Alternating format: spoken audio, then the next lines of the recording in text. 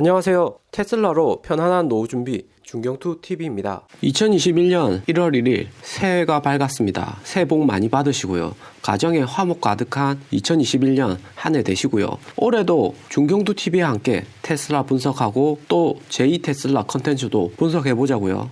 주가 차트를 보면 차트가 말을 하고 있는 것 같네요. 테슬라 주식 빨리 사. 지금 안 사면 정말 기회 없어. 내년이면 1,000달러까지 뛸 거야. 망설이지 말고 그냥 들어오세요. 지난주 예측 정확하게 또 맞아 떨어졌죠. 테슬라 신고가 다음 주 찍을까? 확실한 팩트를 기반으로 한 심층 테슬라 분석. 이 정도면 중경투TV 구독하시는 게 100% 맞습니다. 주말에 다음 주 테슬라 정식 분석 영상도 업로드 되고요. 구독해 놓으시면 빠르게 정보 얻을 수 있습니다. 몇 달 후에 분명히 나옵니다. 연초에 700달러대 사실 분들 정말 싸게 산 겁니다. 대박 할인 시즌이었고요. 테슬라 이제 시작인 기업입니다. 앞으로도 정말 매수 타이밍 찾기 어렵습니다. 오늘 주가 차트를 보면 장 시작부터 어제 696달러 신고가로 조금 하락하는 듯 보였지만 1월에 호재가 너무나 많다 보니까 주가를 팔려는 사람보다 사려는 사람이 더 많은 것을 알 수 있습니다. 690달러에 테슬라 주식 팔아? 싫어. 1월에 실적 좋아서 주가 더 오를 거 뻔한 거 아는데 팔려는 사람 없겠죠. 그럼 700달러 어때?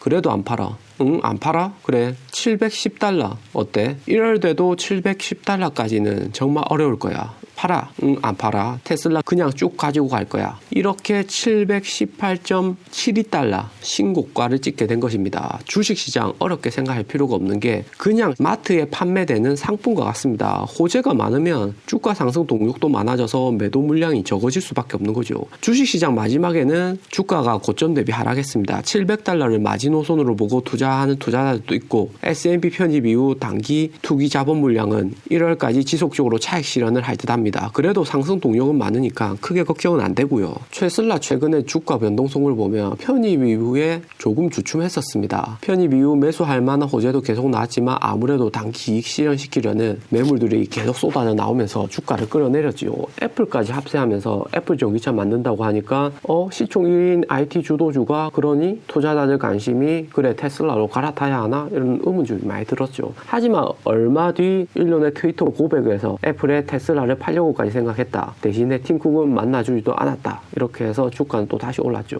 오늘은 정말 맛배기인 게 다음 주 실적이 얼마나 나올지 정말 기대됩니다. 다음 주 실적에 따라서 시장이 기대 이상이거나 하락할 수도 있고요. 오늘 또 테슬라 공부 조금 하고 가셔야죠. 테슬라가 이렇게까지 올라올 수 있는 핵심 원동력, 판매량과 FSD 관련 최신 정보 가지고 왔습니다. 테슬라 영상 꾸준히 업로드되고 있습니다. 구독, 좋아요 감사합니다. 웨드부시, JP모건과 함께 대표적인 미국 증권사가 테슬라 4분기 판매량이 19만 대에서 20만 대를 기록할 것이라고 발표했습니다. 11월 말에도 테슬라의 전기차 글로벌 판매량이 2025년에는 현재 3%대에서 10%로 전망하면서 목표 주가를 1,000달러까지 끌어올린 적이 있는 증권사입니다. 웨드부시의 댄 애널리스트는 투자자들이 테슬라가 2020년 목표 판매량 50만 대 쉽게 달성할 거라는 메모를 썼고요. 중국과 유럽, 미국에서 납품이 폭발적으로 증가하면서 가능해진 수치라고 하네요. 특히나 중국의 테슬라의 폭발적인 성장과 2020년부터 인도의 40% 이상의 전기차 시장을 차지할 수 있을 거라고 하는데요.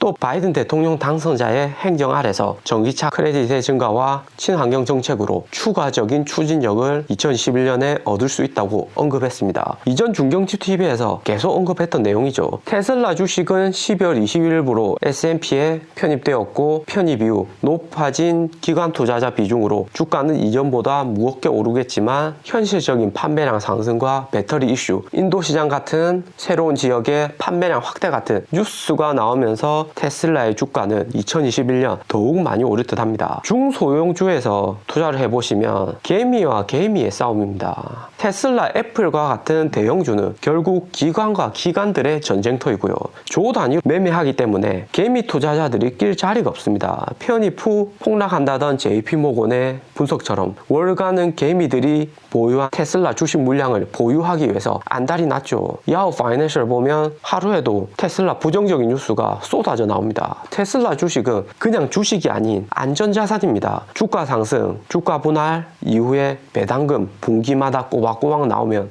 건물 투자하는 것보다 좋지요. 테슬라 주식의 판도는 개미 투자자들의 심리보다 기관 투자자들이 어떻게 생각하는지가 가장 중요합니다. 그렇기 때문에 항상 기관 투자자들이 중점적으로 생각하는 판매량, 배터리와 같은 핵심 기술의 발전, 이 같은 분야가 가장 중요하고요. FSD는 혁신적으로 마니아층은 좋아할 수 있겠지만 기관 투자자 입장에서는 아직까지 상품성이 있으려면 좀 더 시간이 걸리겠다는 그런 생각은 저와 비슷할 듯 합니다. 웨드부시에서 예측하는 4분기 판매량은 트로이 테라님의 분석을 상회하는 발표인데요. 트테라님은 기존에 4분기 판매량이 18만 1천대로 예측하시다가 12월 19일에 18만 2천대로 1000대 넘게 판매량이 증가할 것이라고 상향 조정했습니다. 트테라님 분석으로 인한 판매량 수치도 어마어마한 양입니다. 미국에서 7만 4천대, 캐나다에서 8,100대, 유럽 3만 대, 중국 5만 8천대, 아시아 9천대인데요. 웨드부시 같이 19만 대 이상으로 잡는다면 미국, 유럽, 중국, 아시아에서 1만 대 이상 판매량이 더 늘어날 수도 있답니다. 일단 중국 1월 판매량 2만 대 전월 대비해서 78% 증가했고요. 올해 전기차 보조금이 마지막 달이라서 판매량 급증 충분히 가능성이 있습니다. 유럽도 중국산 저가 모델 3 풀리면서 판매량 증가하고 미국도 슈퍼차저 1년 무료 이용권 풀면서 판매량 급증했을 것 같고요. 아시아나 캐나다에서도 테슬라 차량에 대한 관심이 계속 높아지죠. 마니아층도 많아지고요. 최근에 우리나라 한국에서도 슈퍼차저 점거 비용이 생기면서 오히려 충전하기 더 편해져서 테슬라 구매해야겠다는 의견이 갈수록 많아지고 있습니다. 4분기 실적이 1월 4일에 발표될 거고요. 며칠 남지 않았습니다. 주가 오르는 마음의 준비가 필요할 듯 하네요. 일론 머스크가 트윗을 통해서 연말 폭발적인 딜리버리를 위한 마지막 프로모션을 진행했는데요. 연말 3일을 앞두고 모든 테슬라 차량을 구매하는 고객들에게 테슬라 최신 FSD를 3개월 무료 이용할 수 있게 특별 혜택을 발표한 것인데요. 실제 테슬라 구매 고객의 FSD 옵션 선택률은 아직까지도 20배에서 30% 정도밖에 되지 않습니다. 테슬라가 FSD 초기 옵션 선택 가격이 8,000달러에서 현재 1만 달러까지 올라왔는데요. 테슬라의 FSD는 운전자 보조가 필요한 반자율주행이고 일회성 10,000달러가 나가기 때문에 체험은 하고 싶지만 구매를 좀 꺼리는 고객들이 많습니다. 하지만 테슬라의 FSD는 현재 상용화된 FSD 중에서 가장 뛰어난 성능을 보이고 있는 FSD입니다. 일론의 FSD 3개월 무료 이용권, 이건 뭐 대단해 하시는 분도 있을 건데, 테슬라의 FSD는 글로벌 1위 첨단 과학의 결정체입니다. 당연히 체험해보고 싶은 고객들에게 큰 구매 요인이 되겠죠.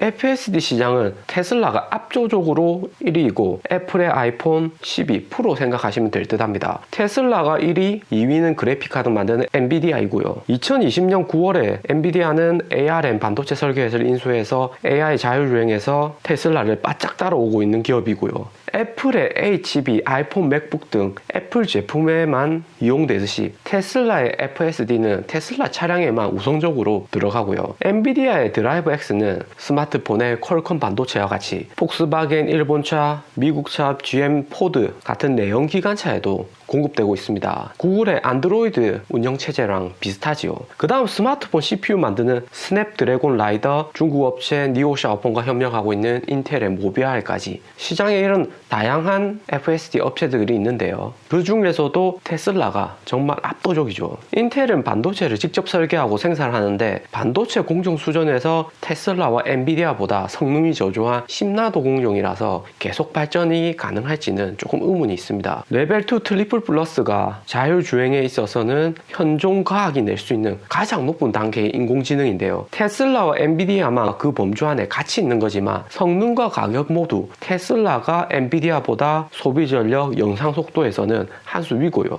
가격적인 측면에서 테슬라의 FSD 컴퓨터는 635달러, 반도체는 190달러이고 엔비디아는 795달러, 반도체는 280달러입니다. 가격 경쟁력이 높을 수밖에 없는 것이 테슬라는 자사 AI 자율주행 반도체 설계 틈이 따로 있습니다. 엔비디아는 ARM에게 반도체 설계를 외주를 주는 형식이고, 또 엔비디아는 차량 생산 업체가 아니니 시험주행과 도로주행 데이터 축적에도 따로 따로 비용이 나가는 구조이죠. 테슬라는 현재 FSD보다 3배 높은 성능을 구현할 수 있는 FSD2를 올해 4분기에 보여준다고 하니 정말 어메이징합니다. 2-3일 정도 지나면 테슬라의 4분기 판매량이 발표가 되는데 마지막까지도 테슬라와 일론 머스크가 주주들을 위해서 열심히 노력하는 모습을 볼 수가 있고요. 2021년 4분기부터 새롭게 적용될 FSD2 컴퓨터는 7나노 공정의 TSMC 반도체를 사용할 것으로 보이고요. 현재 삼성전자 파운더리에서 만드는 FSD1 대비해서 3배 이상 높은 성능을 구현할 전망입니다. 지금도 성능이 괜찮은데 4분기에 새로운 FSD 정말 기대합니다. 7나노 미생 공정으로 연산 처리 능력은 더 상승하고 전력 소모는 줄어들면서 새로운 프로세서 하드웨어 4.0 시대가 열릴 것으로 예상되고요.